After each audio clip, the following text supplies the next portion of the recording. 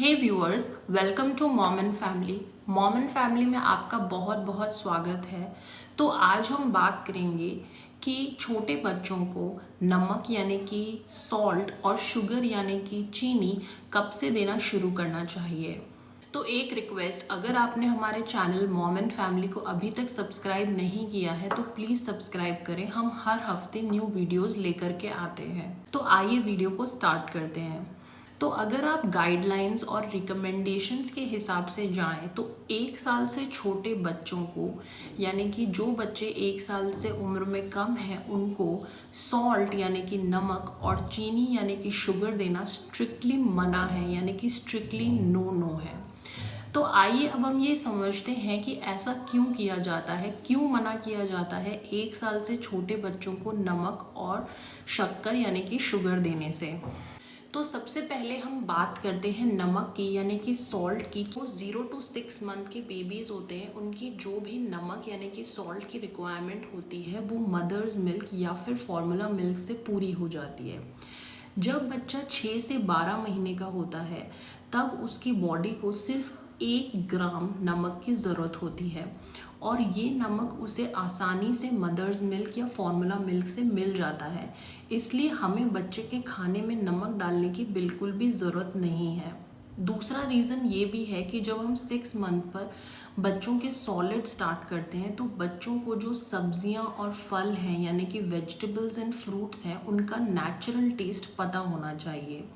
और बहुत सी वेजिटेबल्स में खुद ही सोडियम यानी कि सॉल्ट होता है अपने आप, तो इसलिए एडिशनल नमक की बिल्कुल भी ज़रूरत नहीं है। अब अगर हम ये बात करें कि बच्चे की बॉडी को सॉल्ट की रिक्वायरमेंट नहीं है बट अगर हम फिर भी नमक डालकर देते हैं तो क्या प्रॉब्लम्स हो सकती हैं। इसकी सबसे ज़्यादा प्रॉब्लम बच्चों की किडनीज़ को हो सकती है, क्योंकि उस एक्स्ट्रा नमक को एब्जॉर्ब करने के लिए किडनीज़ को ज़्यादा काम करना पड़ेगा और 6 महीने के बच्चे की किडनीज़ इतनी डेवलप नहीं होती कि वो इतने एक्सेस सॉल्ट को एब्जॉर्ब कर सकें। इसलिए अच्छा होगा कि अगर 1 साल से आपका बच्चा छोटा है तो आप उसे खाने में नमक ना दें। अब हमको ऐसा लगता है कि अगर हम नमक नहीं डालेंगे तो बच्चों को टेस्ट नहीं आएगा। ऐसा बिल्कुल भी नहीं है, क्योंकि आपका जो बेबी है वो अभी तक सिर्फ मदर्स मिल्क या फॉर्मूला मिल्क पी रहा था, तो उसे सिर्फ उसका टेस्ट पता है। तो अब आप उसे जो सब्जियों और फलों का या ना फ्रूट्स एंड वेजिटेबल्स का नेचुरल टेस्ट है उसे इंजॉय करने दीजिए। तो ये तो था रीज़न बच्चे को 1 साल से छोटे बच्चे को नमक ना देने का। बट जब आपका बच्चा 1 साल से बड़ा हो जाता है तो 1 से 2 साल के बच्चों का भी नमक का रिक्वायरमेंट होता है। वो सिर्फ 2 ग्राम्स यानी कि 2 ग्राम है। तो 1 से 2 साल के बच्चों को भी आप नमक दे सकते हैं बट बहुत ही लिमिटेड क्वांटिटी में। तो अब बात करते हैं शुगर यानी कि चीनी कि क्यों मना किया जाता है 1 साल से छोटे बच्चों को शुगर देने के लिए। तो शुगर अगर आप सब जानते हो तो बहुत ही केमिकल प्रोसेसेस से बनती है और बहुत से केमिकल्स उस शुगर को शुगर बनाने में यूज़ किए जाते हैं। तो अगर हम ये शुगर अपने बेबी को देते हैं तो वो जो केमिकल्स हैं कहीं ना कहीं वो भी बेबी के बॉडी में जाते हैं, जो कि हार्मफुल हो सकते हैं। इसलिए शुगर देना मना किया जाता है।